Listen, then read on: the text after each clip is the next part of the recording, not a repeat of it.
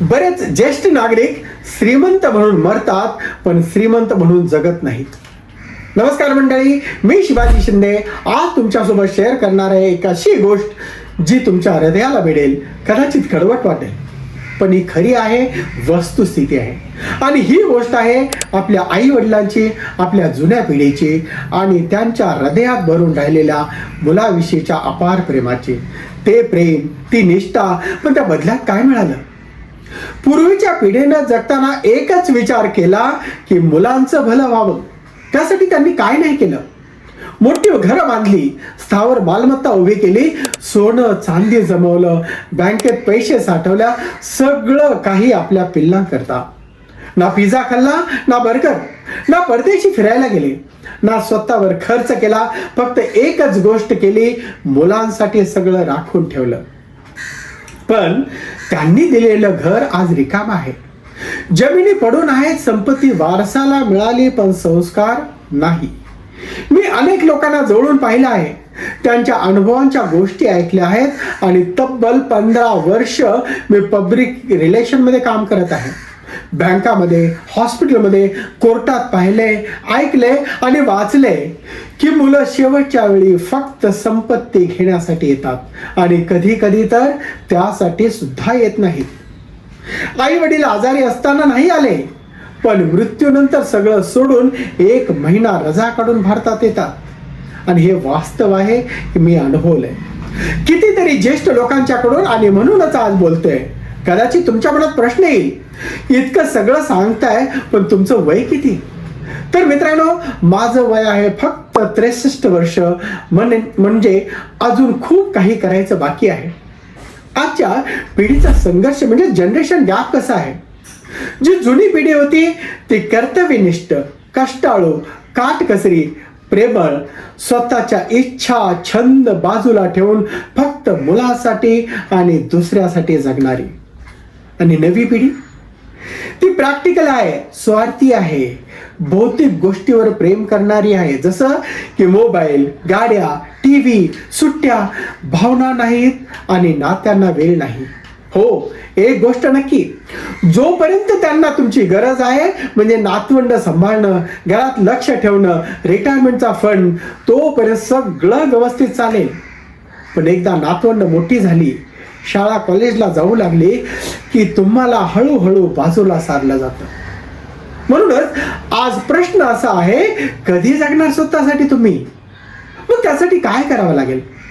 आता शहाणपणाची वेळ, turning point आत्ताच आहे. आज 60, 65, 70 वर्ष वय झालं म्हणजे काय आपलं आता काही राहिलं नाही असं आहे का? असं म्हणायचं आहे का? नाही. आज तुमच्याकडे अजून 20-25 वर्ष आहेत. जेवढे काही परमेश्वरानं आयुष्य दिलं आहे, आता स्वतःसाठी जगा, छंद जोपासा, कला शिकता येतात. कोणत्याही वयात इच्छा, स्वप्न पुन्हा उडाशी बाळगा. जुने मित्रमैत्रिणी शोधा, एकत्र जेवा, हसा, फिरा.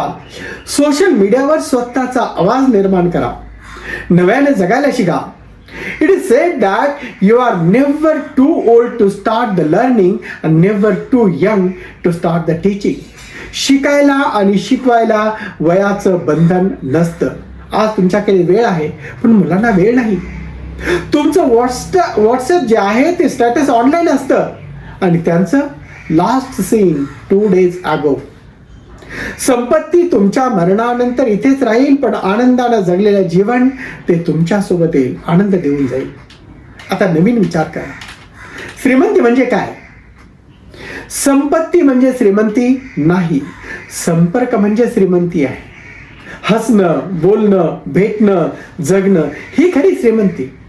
स्वतःसाठी खर्च करा. जे तुम्ही आयुष्यभर टाळलं ते आता स्वीकारा.